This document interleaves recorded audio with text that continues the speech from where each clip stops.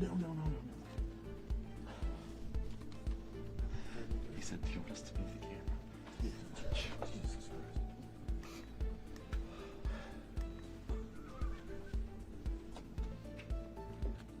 I remember my first day. 33 years ago. Leave it up.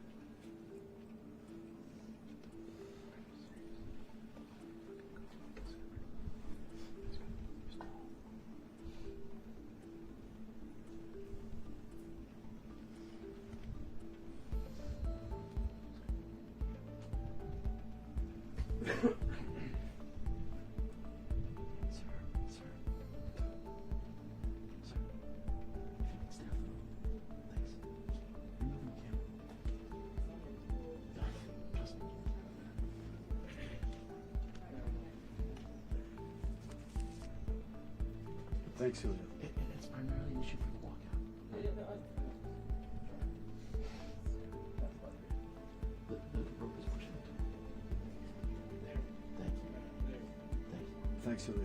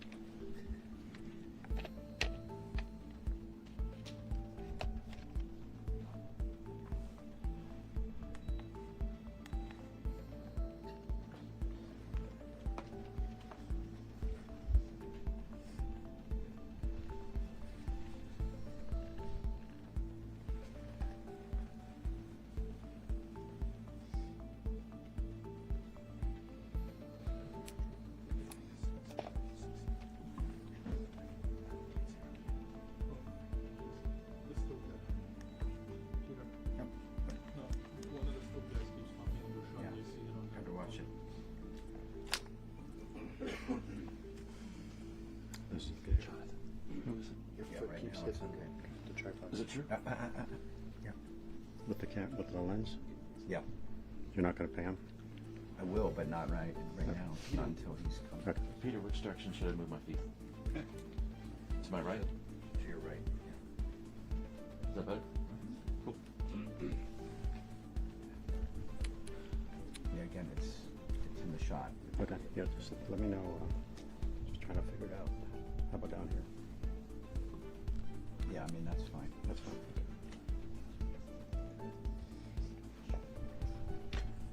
Like that's okay?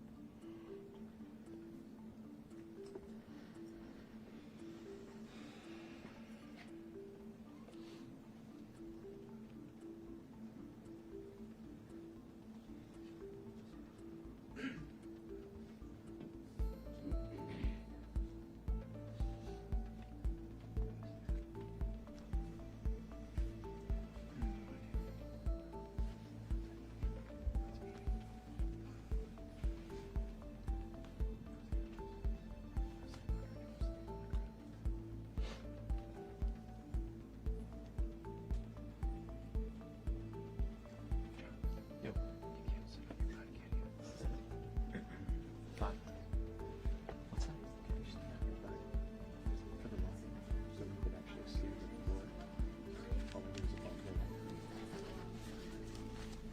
Can you be 6'2"?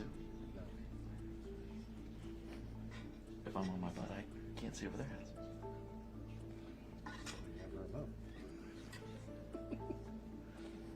Sam, look up.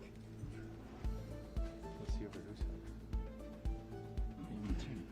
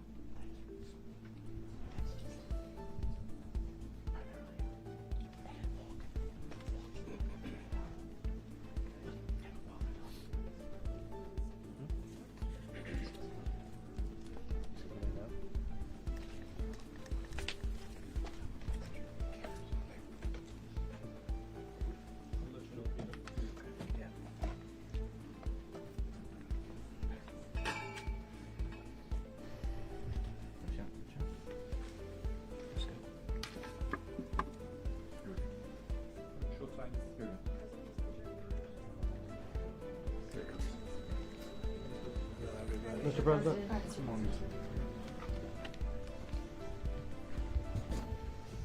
Okay, thank you very much. This is big stuff. We appreciate you being here.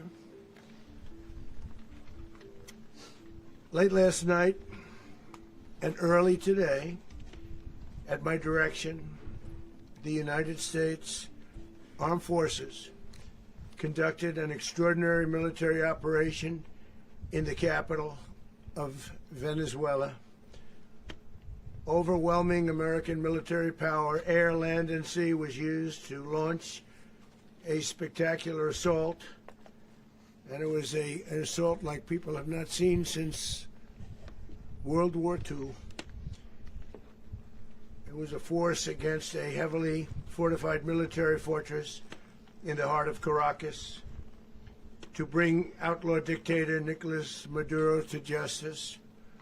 This was one of the most stunning, effective, and powerful displays of American military might and competence in American history.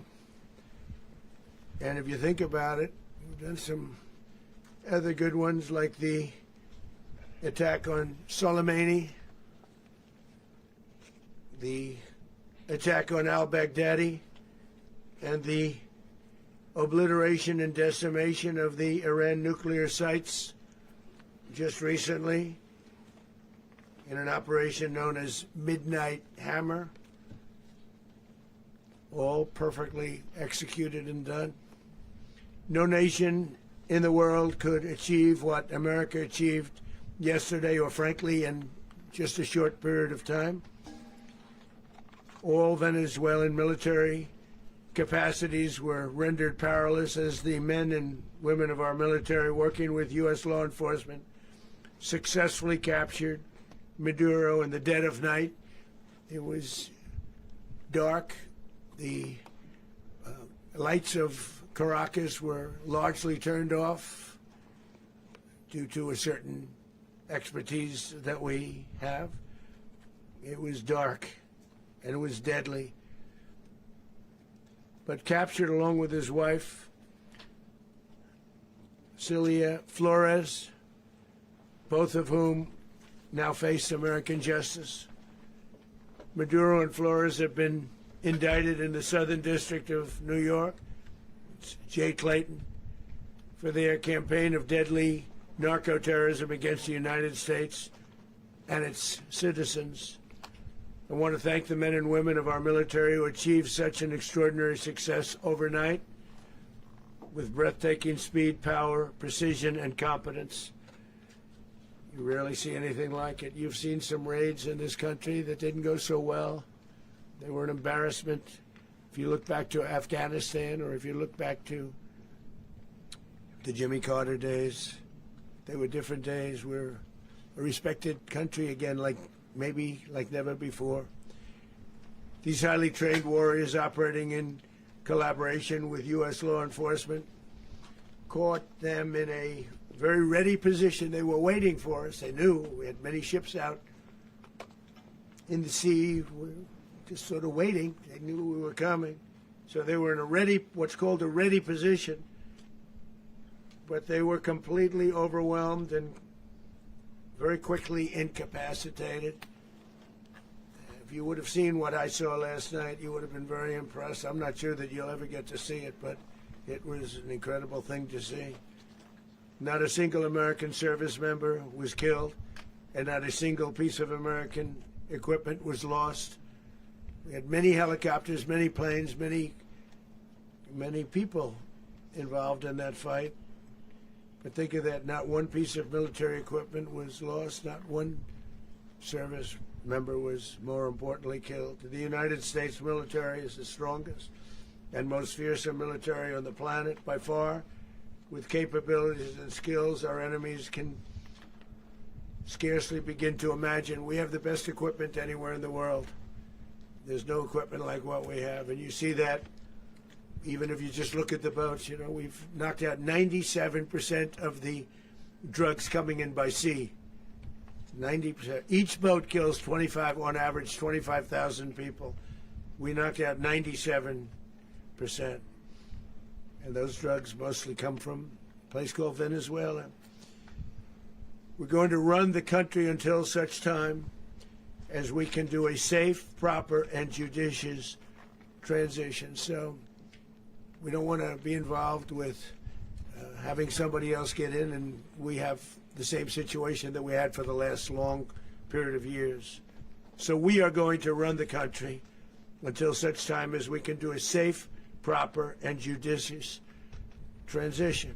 And it has to be judicious because that's what we're all about. We want peace, liberty, and justice for the great people of Venezuela, and that includes many from Venezuela that are now living in the United States and want to go back to their country. It's their homeland. We can't take a chance that somebody else takes over Venezuela that doesn't have the good of the Venezuelan people in mind. We've had decades of that. We're not going to let that happen. We're there now, and what people don't understand, but they understand as I say this, we're there now, but we're going to stay until such time as the proper transition can take place. So we're going to stay until such time as we're going to run it, essentially, until such time as a proper transition can take place. As everyone knows, the oil business in Venezuela has been a bust, a total bust, for a long period of time. They were pumping almost nothing by comparison to what they could have been pumping and what could have taken place. We're going to have our very large United States oil companies, the biggest anywhere in the world, go in, spend billions of dollars, fix the badly broken infrastructure, the oil infrastructure, and start making money for the country. And we are ready to stage a second and much larger attack if we need to do so. So we were prepared to do a second wave if we needed to do so. We actually assumed that a second wave would be necessary, but now it's probably not. The first wave, if you'd like to call it that, the first attack was so successful, we probably don't have to do a second, but we're prepared to do a second wave, a much bigger wave, actually. This was pinpoint, but we have a much bigger wave that probably won't have to do. This partnership of Venezuela with the United States of America, a country that everybody wants to be involved with because of what we were able to do and accomplish, will make the people of Venezuela rich, independent, and safe. And it will also make the many, many people from Venezuela that are living in the United States extremely happy. They suffered. They suffered. So much was taken from them. They're not going to suffer anymore. The illegitimate dictator Maduro was the kingpin of a vast criminal network responsible for trafficking colossal amounts of deadly and illicit drugs into the United States.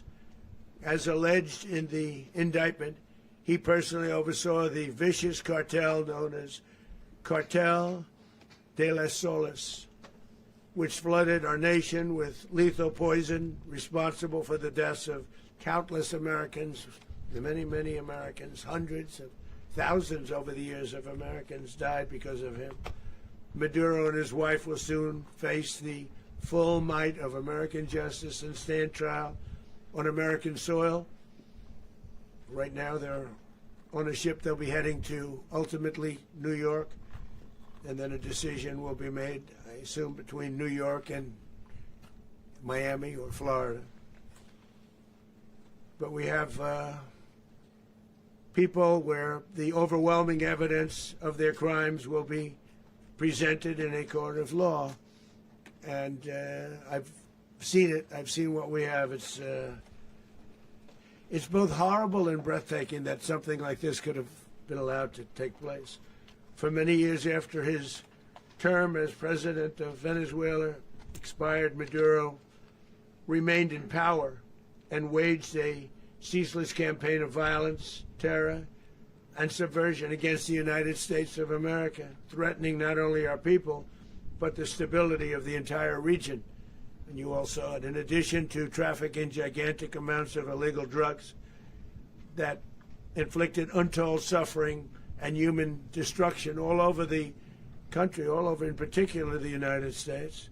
Maduro sent savage and murderous gangs, including the bloodthirsty prison gang Tren de Aragua, to terrorize American communities nationwide, and he did indeed. They were in Colorado. They took over apartment complexes. They cut the fingers off people if they called police. They were brutal, but they're not so brutal now. And I just have to congratulate our military, Pete and everybody, and our National Guard, because the job that they've done, whether it's in Washington, D.C., where we have a totally safe city, where it was one of the most unsafe cities anywhere in the world, frankly, and now we have no crime in Washington, D.C. We haven't had a killing. We had the terrorist attack a few weeks ago. A little bit of a different kind of a threat, but we haven't had a killing in a long period of time, 6-7 months. We used to have two, on average, 2 a week in Washington, our capital. We don't have that anymore. The restaurants are opening. Everyone's happy. They're going, they're walking their daughters, they're walking their children, their wives, they walk to restaurants. Restaurants are opening all over Washington, D.C. So I want to thank the National Guard. I want to thank our military. And I want to thank law enforcement. It's been amazing. And they should do it with more cities. We're doing it, as you know, and we're doing it in Memphis, Tennessee right now, and crime is down. We've just sort of started a few weeks ago, but crime is down now 77%. And the governor of Louisiana called, great person, and he wanted us to help him, as you know, in a certain very nice part of Louisiana, and we have done that. It was a rough section, and we have crime down. I understand it's down to almost nothing already after 2.5 weeks. New Orleans, it's down to almost nothing, and we've only been there for 2.5 weeks. Can't imagine why governors wouldn't want us to help. We also helped, as you know, in Chicago, and crime went down a little bit there. We did a very small help because we had no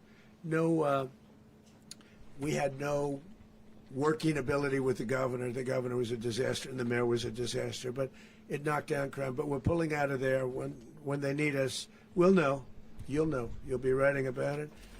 And likewise, Los Angeles, where we saved Los Angeles early on, where the head of the police department made a statement that if the federal government didn't come in, we would have lost Los Angeles. That's long after the fires. That's when they had the riots in Los Angeles. We did a great job. Got no credit for it whatsoever, but that's okay. It doesn't matter. We don't need the credit. But we'll be pulling out when they need us. They'll call, or we'll go back if we have to. We'll go back. But we did a great job in various cities. But the place that we're very proud of is Washington, D.C., because it's our nation's capital. We took it from being a crime-ridden mess to being one of the safest cities in the country. But the gangs that they sent raped, tortured, and murdered American women and children. They were in all of the cities I mentioned, Tren de Aragua. And they were sent by Maduro to terrorize our people, and now Maduro will never again be able to threaten an American citizen or anybody from Venezuela. There will no longer be threats. For years I've highlighted the stories of those innocent Americans whose lives were so heartlessly robbed by this Venezuelan terrorist organization. Really one of the worst. One of the worst, they say the worst. Americans like 12-year-old Jocelyn Nungary from Houston. Beautiful Jocelyn Nungary, what happened to her?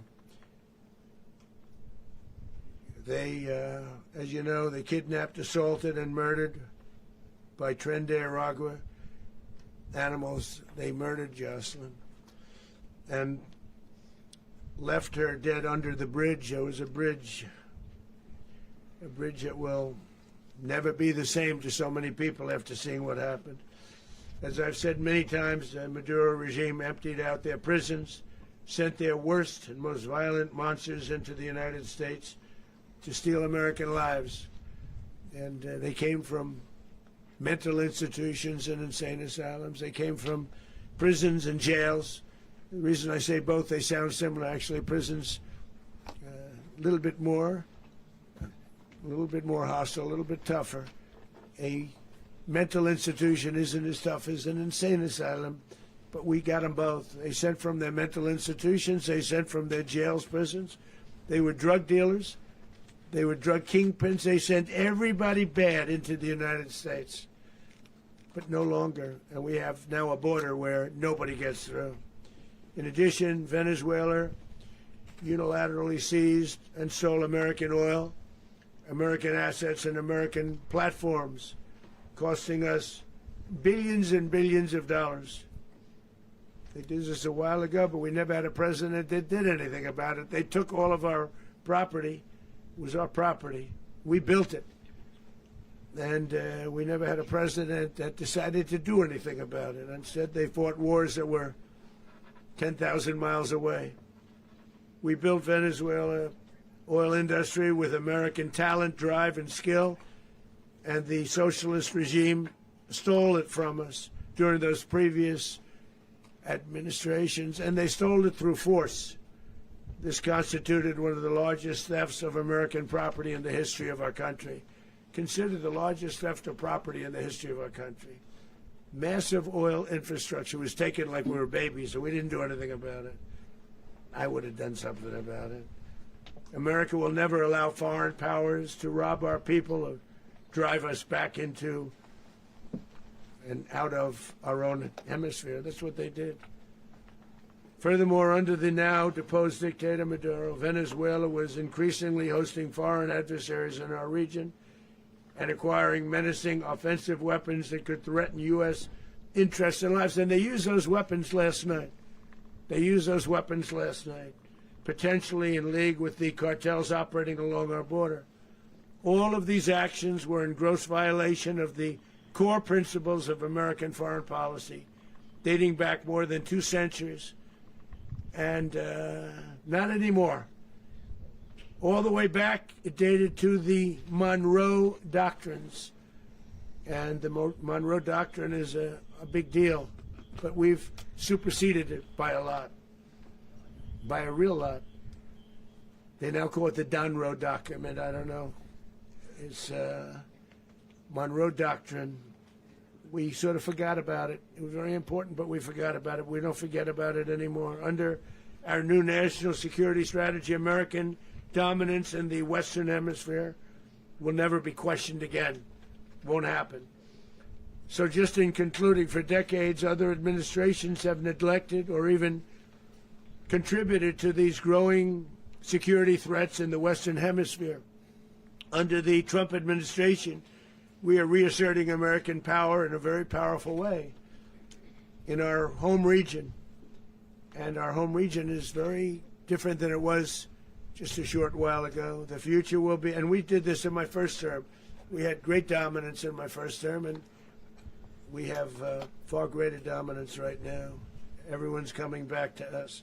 The future will be determined by the ability to protect commerce and territory and resources that are core to national security. These are core to our national security. Just like tariffs are, they've made our country rich, and they've made our national security stronger than ever before. But these are the iron laws that have always determined global power.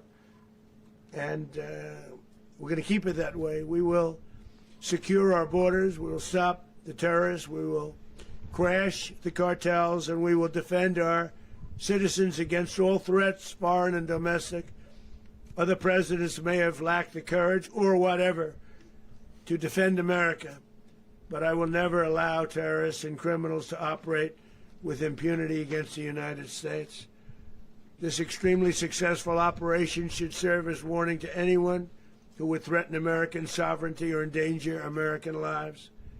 Very importantly, the embargo on all Venezuelan oil remains in full effect. The American Armada remains poised in position, and the United States retains all military options until United States demands have been fully met and fully satisfied. All political and military figures and Venezuela should understand what happened to Maduro can happen to them, and it will happen to them if they aren't just, fair, even to their people. The dictator and terrorist, Maduro, is finally gone in Venezuela. People are free. They're free again. It's been a long time for them, but they're free. America is a safer nation. This morning, it's a prouder nation this morning because it didn't allow this horrible person and this country that was doing very bad things to us. It didn't allow it to happen. And the Western Hemisphere is right now a much safer place to be. So I want to thank everybody for being here. I want to thank General Raisin Kane. He's a fantastic man. I've worked with a lot of generals. I worked with some I didn't like. I worked with some I didn't respect. I worked with some that just weren't good. But this guy is fantastic. I watched last night one of the most precise attacks on sovereignty. I mean, it was an attack for justice. And I'm very proud of him, and I'm very proud of our Secretary of War, Pete Hegseth, who I'm going to ask to say a few words. Thank you very much. Mr. President, can you explain how the U.S. will run Venezuela? Well, thank you, Mr. President. Finally, a commander-in-chief the world respects and the American people deserve. And as the President said, words can barely capture the bravery and the power and the precision of this historic operation. A massive joint military and law enforcement raid flawlessly executed by the greatest Americans our country has to offer. American warriors are second to none, the best in the world and the best of our country. What all of us witnessed last night was sheer guts and grit, gallantry, and glory of the American warrior. I'm simply humbled by such men. And I tip my hat to our chairman, Dan Raisin Kane, and all those Americans who stood watch last night. Our warriors are the elite of America, and again, President Trump has your back. No other country on planet Earth, and it's not even close, could pull this kind of operation off. And no other president has ever shown this kind of leadership, courage, and resolve. The most powerful combination the world has ever seen. As the President said, our adversaries remain on notice. America can project our will anywhere, anytime. The coordination, the stealth, the lethality, the precision, the very long arm of American justice, all on full display in the middle of the night. Nicolas Maduro had his chance, just like Iran had their chance, until they didn't and until he didn't. He effed around, and he found out. President Trump is deadly serious about stopping the flow of gangs and violence to our country. Deadly serious about stopping the flow of drugs and poison to our people. Deadly serious about getting back the oil that was stolen from us. And deadly serious about reestablishing American deterrence and dominance in the Western Hemisphere. This is about the safety, security, freedom, and prosperity of the American people. This is America first. This is peace through strength. And the United States War Department is proud to help deliver it.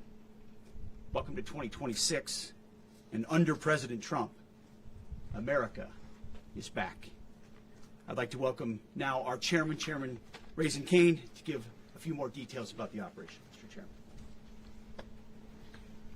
Thank you, Mr. Secretary. Thank you, Mr. President, and good morning.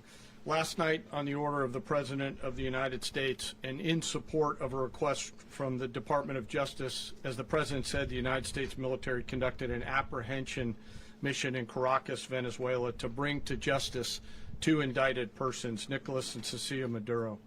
This operation, known as Operation Absolute Resolve, was discreet, precise, and conducted during the darkest hours of January 2nd and was the culmination of months of planning and rehearsal, an operation that, frankly, only the United States military could undertake. What I'd like to do this morning is talk to you through some of the preparation and the details without compromising any of our tactics, techniques, and procedures. There is always a chance that will be tasked to do this type of mission again. Our interagency work began months ago and built on decades of experience of integrating complex air, ground, space, and maritime operations.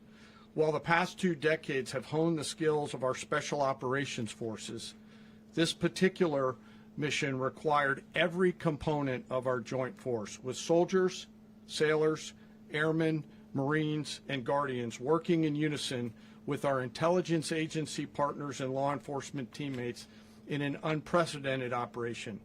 We leveraged our unmatched intelligence capabilities and our years of experience in hunting terrorists, and we could not have done this mission without the incredible work by various intelligence agencies, including the CIA, NSA, and NGA. We watched, we waited, we prepared, we remained patient and professional. This mission was meticulously planned, drawing lessons from decades of missions over the last many years, many missions over these last many years. This was an audacious operation that only the United States could do. It required the utmost of precision and integration within our joint force. And the word integration does not explain the sheer complexity of such a mission. An extraction so precise it involved more than 150 aircraft launching across the Western Hemisphere in close coordination, all coming together in time and place to layer effects for a single purpose: to get an interdiction force into downtown Caracas while maintaining the element of tactical surprise. Failure of one component of this well-oiled machine would have endangered the entire mission, and failure is never an option for America's joint force. Those in the air over Caracas last night were willing to give their lives for those on the ground and in the helicopters. Let me talk a little bit about the preparation. After months of work by our intelligence teammates to find Maduro and understand how he moved, where he lived, where he traveled, what he ate, what he wore, what were his pets, in early December, our force was set pending a series of aligned events. Key was choosing the right day to minimize the potential for civilian harm and maximize the element of surprise, and minimize the harm to the indicted personnel, so as the President said, they could be brought to justice. And as the President said earlier today, weather in Venezuela is always a factor this time of the year. And over the weeks through Christmas and New Year's, the men and women of the United States military sat ready, patiently waiting for the right triggers to be met and the President to order us into action. Last night, the weather broke just enough, clearing a path that only the most skilled aviators in the world could maneuver through. Ocean, mountain, low cloud ceilings, but when tasked with a mission, this organization does not quit. At 10:46 p.m. Eastern Time last night, the President ordered the United States military to move forward with this mission. He said to us, and we appreciate it, Mr. President, good luck and Godspeed. And those words were transmitted to the entire joint force. Over the course of the night, aircraft began launching from 20 different bases on land and sea across the Western Hemisphere. In total, more than 150 aircraft, bombers, fighters, intelligence, reconnaissance, surveillance, rotary wing were in the air last night. Thousands and thousands of hours of experience were airborne. Our youngest crew member was 20, and our oldest crew member was 49, and there's simply no match for American military might. As the night began, the helicopters took off with the extraction force, which included law enforcement officers, and began their flight into Venezuela at 100 feet above the water. As they approached Venezuelan shores, the United States began layering different effects provided by Spacecom, Cybercom, and other members of the interagency to create a pathway. Overhead, those forces were protected by aircraft from the United States Marines, the United States Navy, the United States Air Force, and the Air National Guard. The force included F-22s, F-35s, F-18s, EA-18s, E-2s, B-1 bombers, and other support aircraft, as well as numerous remotely piloted drones.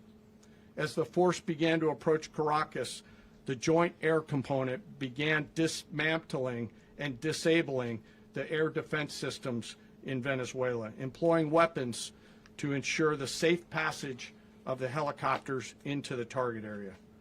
The goal of our air component is, was, and always will be to protect the helicopters and the ground force and get them to the target and get them home. As the force crossed the last point of high terrain where they'd been hiding in the clutter, we assessed that we had maintained totally the element of surprise.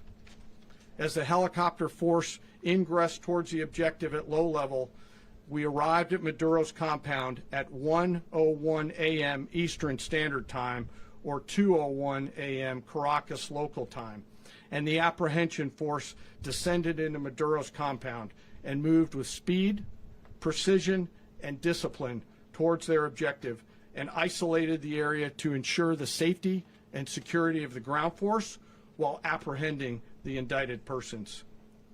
On arrival into the target area, the helicopters came under fire, and they replied with that fire with overwhelming force in self-defense. One of our aircraft was hit but remained flyable, and as the President said earlier today, all of our aircraft came home, and that aircraft remained flyable during the rest of the mission. As the operation unfolded at the compound, our air and ground intelligence teams provided real-time updates to the ground force, ensuring those forces could safely navigate the complex environment without unnecessary risk. The force remained protected by overhead tactical aviation. Maduro and his wife, both indicted, gave up and were taken into custody by the Department of Justice, assisted by our incredible U.S. military with professionalism and precision, with no loss of U.S. life. After securing the indicted persons, the force began to prep for departure. Helicopters were called in to exfiltrate the extraction force, while fighter aircraft and remotely piloted aircraft provided overhead coverage and suppressive fire. There were multiple self-defense engagements as the force began to withdraw out of Venezuela. The force successfully exfiltrated and returned to their afloat launch bases, and the force was over the water at 3:29 a.m. Eastern Standard Time with indicted persons on board. And both Maduro and his wife were embarked aboard the USS Iwo Jima. In closing, what we've witnessed today is a powerful demonstration of America's joint force. We think, we develop, we train, we rehearse, we debrief, we rehearse again and again, not to get it right, but to ensure that we cannot get it wrong. Our jobs are to integrate combat power so when the order comes, we can deliver overwhelming force at the time and the place of our choosing against any foe anywhere in the world. I am immensely proud today of our joint force and filled with gratitude to represent them here today. There is simply no mission too difficult for these incredible professionals and the families that stand by them and support them. As we stand here this morning, our forces remain in the region at a high state of readiness, prepared to project power, defend themselves, and our interests in the region. This operation is a testament to the dedication and unwavering commitment to justice and our resolve to hold accountable those who threaten peace and stability. In closing, I want to express my heartfelt gratitude to the brave men and women who executed this mission. Their courage and tireless commitment to our nation are what makes us strong. Thank you, Mr. Secretary, and thank you, Mr. President. Well, I don't have much to add to what you've heard now, other than the following points. Nicolas Maduro was indicted in 2020 in the United States. He is not the legitimate president of Venezuela. That's not just us saying it. The first Trump administration, The Biden administration, the second Trump administration, none of those three recognized him. He's not recognized by the European Union and multiple countries around the world. He is a fugitive of American justice with a $50 million reward, which I guess we saved $50 million. And We should make sure. yeah, exactly. But Don't let anybody claim it. Nobody deserves it but us. But I want to be clear about one thing. Nicolas Maduro had multiple opportunities to avoid this. He was provided multiple very, very, very generous offers and chose instead to act like a wild man, chose instead to play around. And the result is what we saw tonight. The other message here is the following. You have a guy, like many people around the world, they like to play games. You have a guy who decides he's going to invite Iran into his country, is going to, do the confiscation of American oil companies, is going to flood our country with gang members, is going to take Americans prisoner and try to hold them for hostage and trade them like he was able to do with the Biden administration. Basically likes to play games all this time and thinks nothing's going to happen. And I hope what people now understand is that we have a president. The 47th president of the United States is not a game player. When he tells you that he's going to do something, when tells you he's going to address a problem, he means it. He actions it. I can tell you, I've watched this process now for 14, 15 years, been around it. Everybody talks. I'm going to do this. I'm going to do that. When I get there, we're going to do this. We're going to take. This is a president of action. Like, I don't understand yet how they haven't figured this out. And now, if you don't know, now you know. Because this is the way it's going to play out. And I think people need to understand that this is not a president that just talks and does letters and press conferences. And, if he says he's serious about something, he means it. And this is something that was a direct threat to the national interest of the United States. And the president addressed it. There's a president of peace, by the way. I told you what I just said earlier. This guy had multiple opportunities to find his way somewhere else and figure out another. He could have been living somewhere else right now very happy. But instead, he wanted to play big boy. And so now, he's got other sets of problems on his hands. And but I think the message here should be for the world. But the president doesn't go out looking for people to pick fights with. He's not generally wants to get along with everybody. We'll talk and meet with anybody. But don't play games. Don't play games with this president's in office because it's not going to turn out well. And so I hope that, I guess that lesson was learned last night, and we hope it'll be instructive moving forward. Is that a message for Cuba? Mr. President. Mr. President. Mr. President. Mr. President. Mr. President. You said that the U.S. is going to run Venezuela, so who's in power right now? Well, we're going to be running it with a group, and we're going to make sure it's run properly. We're going to rebuild the oil infrastructure, which will cost billions of dollars. It'll be paid for by the oil companies directly. They will be reimbursed for what they're doing, but it's going to be paid. And we're going to get the oil flowing the way it should be. As you know, it was just a minor flow. It was actually a minor flow for what they have. But we're going to run it properly, and we're going to make sure the people of Venezuela are taken care of. We're going to make sure the people that were forced out of Venezuela by this thug are also taken care of. Mr. President. Mr. President. Mr. President. Mr. President. President, does the U.S. running the country mean that U.S. troops will be on the ground? How will that work? Well, they always say boots on the ground. Oh, so we're not afraid of boots on the ground if we have to have. We had boots on the ground last night at a very high level, actually. We're not afraid of it. We don't mind saying it. But we're going to make sure that that country is run properly. We're not doing this in vain. This is a very dangerous attack. This is an attack that could have gone very, very badly. Could have gone very badly. We could have lost a lot of people last night. We could have lost a lot of dignity. We could have lost a lot of equipment. The equipment is less important, but we could have lost a lot. And we're going to make sure that this is proper. We're there now. We're ready to go again if we have to. We're going to run the country right. It's going to be run very judiciously, very fairly. It's going to make a lot of money. We're going to give money to the people. We're going to reimburse people that were taken advantage of. We're going to take care of everybody. It's very important. We couldn't let them get away with it. They stole our oil. We built that whole industry there, and they just took it over like we were nothing. And we had a president that decided not to do anything about it. So we did something about it. We're late, but we did something about it. Yeah, please. Mr. President, can you explain the exact mechanism by which you're going to run the country? Are you going to designate a U.S. official to coordinate? It's all being done right now. We're designating people. We're talking to people. We're designating various people, and we're going to let you know who those people are. Mr. President. What's the group you mentioned that would run Venezuela? Well, it's largely going to be, for a period of time, the people that are standing right behind me. We're going to be running it. We're going to be bringing it back. It's a dead, I talk about a dead country. A year and a half ago, we were a dead country. Now we're the hottest country anywhere in the world. We're a country doing better than any country anywhere in the world. And it required leadership. Venezuela has a lot of bad people in there, a lot of bad people that shouldn't be leading. We're not going to take a chance that one of those people take over for Maduro. So you can look at, and others, we have fantastic people, including people in the military.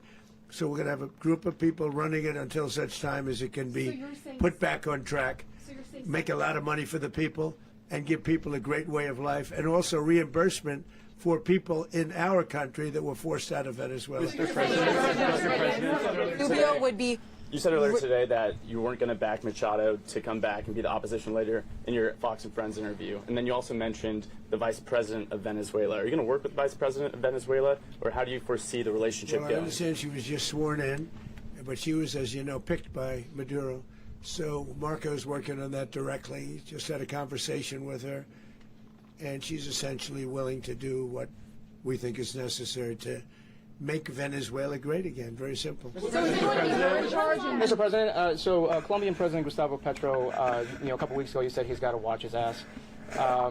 And today he said he's not concerned about anything happening to him in the aftermath of this operation. So just what your message is Well, about he that. has cocaine mills. He has factories where he makes cocaine. And, yeah, I think I stick by my first statement. He's making cocaine. They're sending it into the United States. So he does have to watch his ass. Mr. President, Did you notify any members of Congress in advance? Marco, do you want to talk about that? Because you were involved in it. Sure. We call members of Congress immediately after. This was not the kind of mission that you can do congressional notification on. It was a trigger-based mission in which conditions had to be met night after night. We watched and monitored that for a number of days. So it's just simply not the kind of mission you can call people and say, hey, we may do this at some point in the next 15 days. But it's largely a law enforcement function. Remember, at the end of the day, at its core, this was an arrest of 2 indicted fugitives of American justice, and the Department of War supported the Department of Justice in that job. Now, there are broader policy implications here, but it's just not the kind of mission that you can pre-notify because it endangers the mission. Mr. President, If I can add one thing to that, Congress has a tendency to leak. This would not be good. If they leaked, General, I think it would have been maybe a very different result. But I have to say, they knew we were coming at some point, We had a lot of ships out there. They sort of knew we were coming. But Congress will leak, and we don't want leakage. Mr. President, You were one of the only people to watch this all play out live. What was Maduro doing when the U.S. forces entered what I assume would be his home? And also, was there any point where the U.S. was considering if Maduro pushed back or resisted killing Maduro? It could have happened. It could have happened. He was trying to get into a safe place. You know what a safe place is, all steel.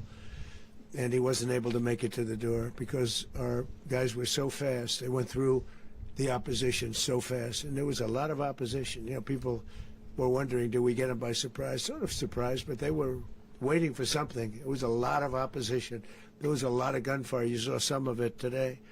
But he was trying to get to a safe place, which wasn't safe because we would have had the door blown up in about 47 seconds, they say on average, regardless of how thick the steel was.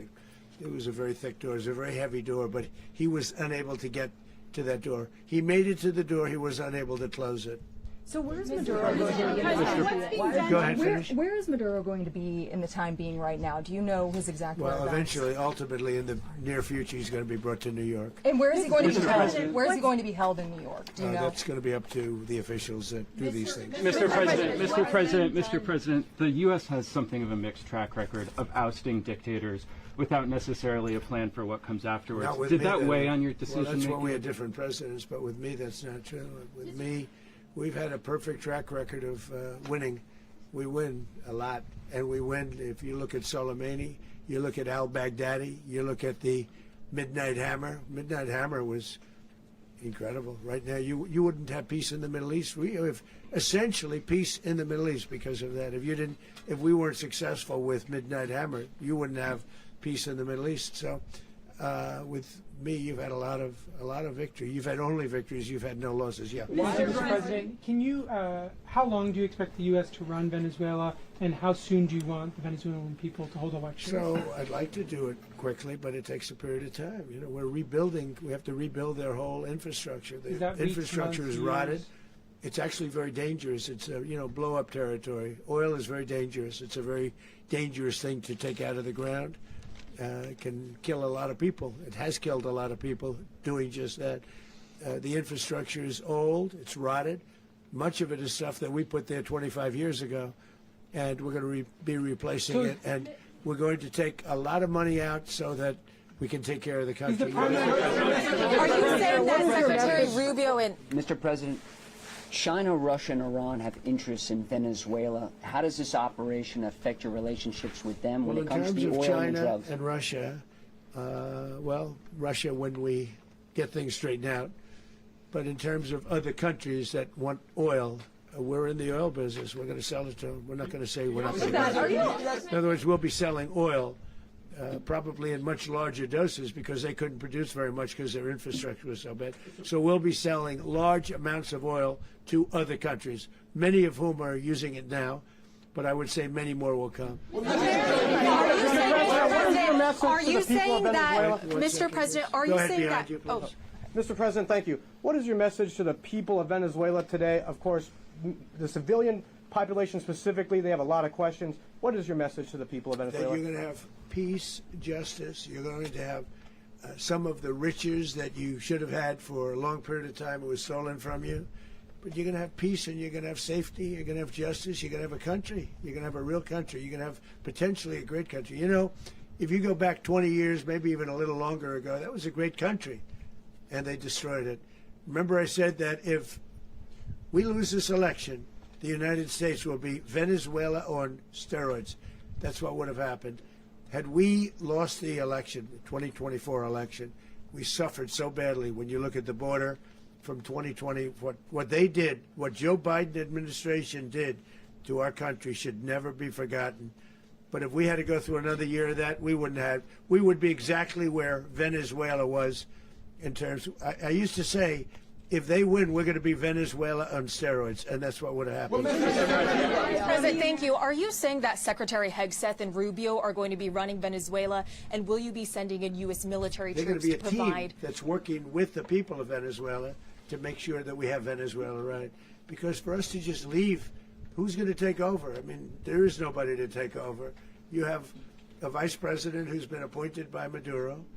And right now she's the vice president, and she's, I guess, the president. She was sworn as president just a little while ago. She had a long conversation with Marco, and she said, we'll do whatever you need. I think she was quite gracious, but she really doesn't have a choice. We're going to have this done right. We're not going to just do this with Maduro, then leave like everybody else, leave and say, let it go to hell. If we just left, it has zero chance of ever coming back. We'll run it properly. We'll run it professionally. We'll have the greatest oil companies in the world go in and invest billions and billions of dollars and take out money, use that money in Venezuela.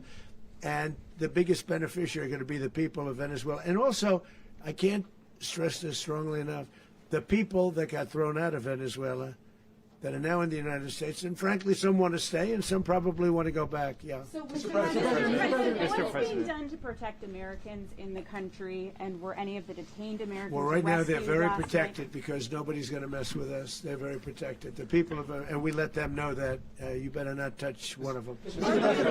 Are you concerned that bad elements of the Maduro regime will remain in place? Well, we know who they are.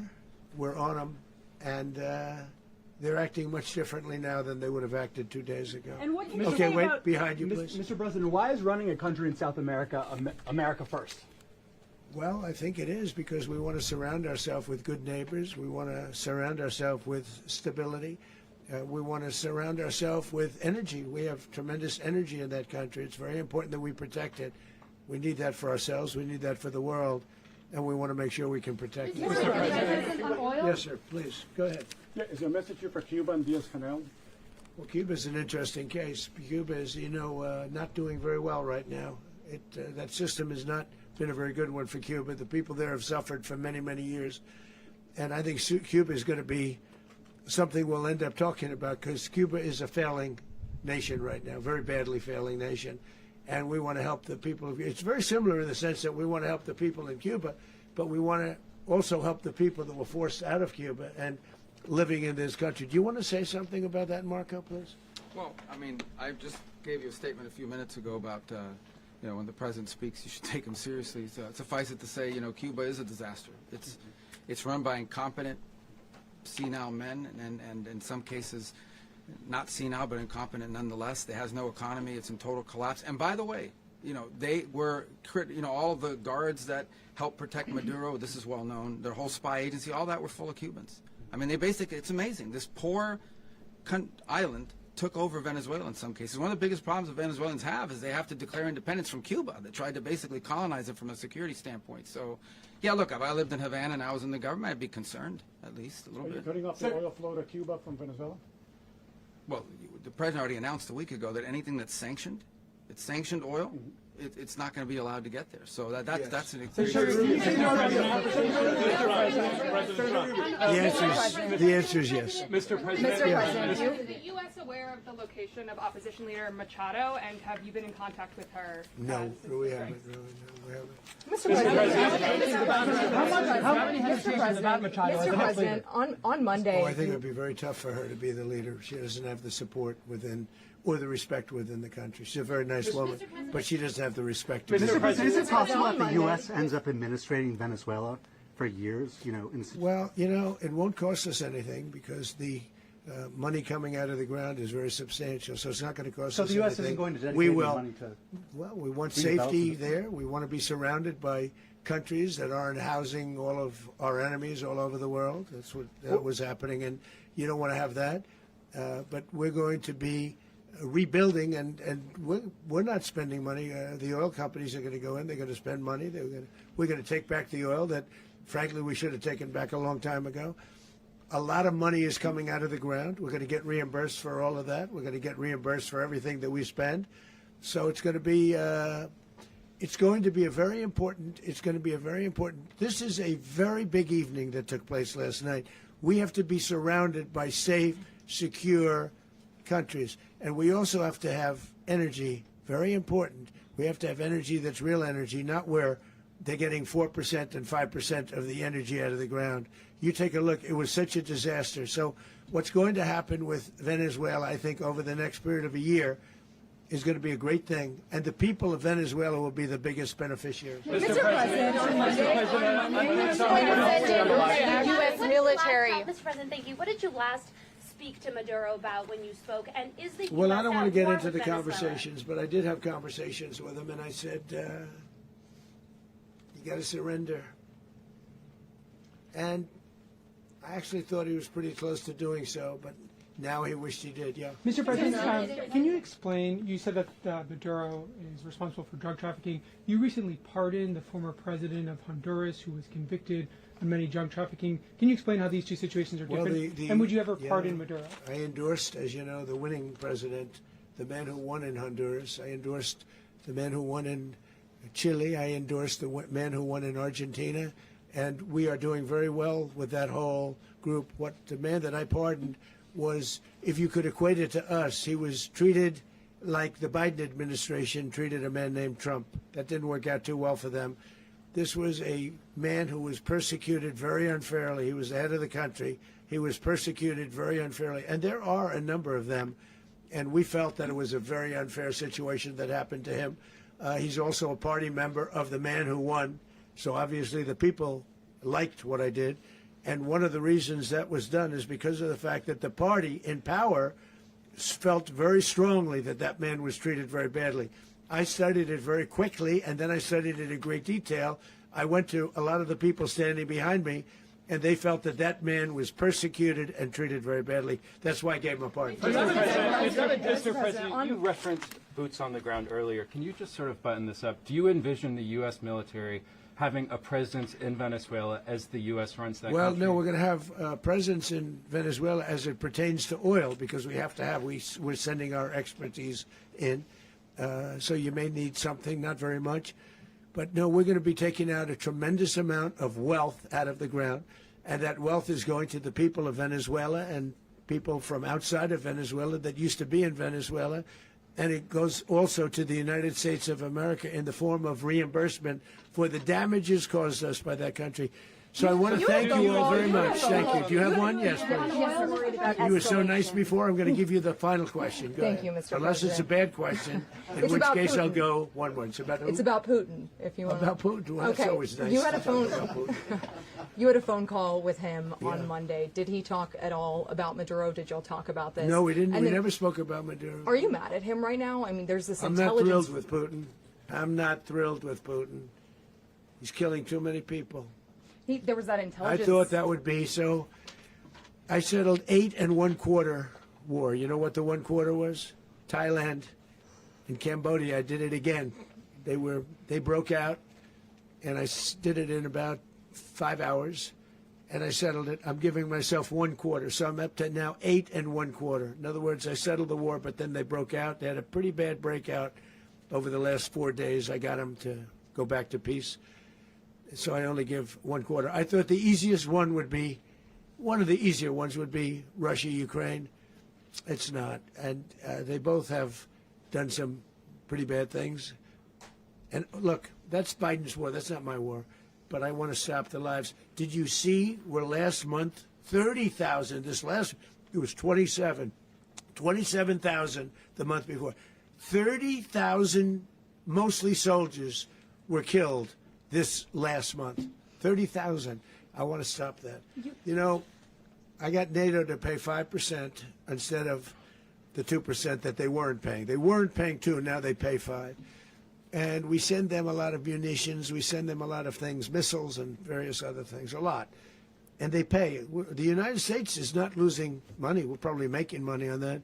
It's the last thing I care about. I just want to stop all those people. We're losing 25,000, 30,000 human beings that come from 2 places that are very far away.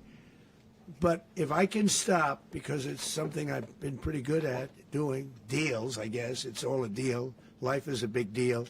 But if I can stop that war and stop 30,000 young people, in addition to the fact that people are being killed in Kiev, people are being killed in other cities throughout, you know, a much smaller number, but they're being killed, viciously killed. So I'm not happy about it. I thought that would be something that would get solved. We have Mr. Witkoff here. I think that we're making progress, but that's a war that should have never happened. If I were president, it would have never happened. Putin says it. Everybody says it. If I were president, that would have never happened. But I inherited that war.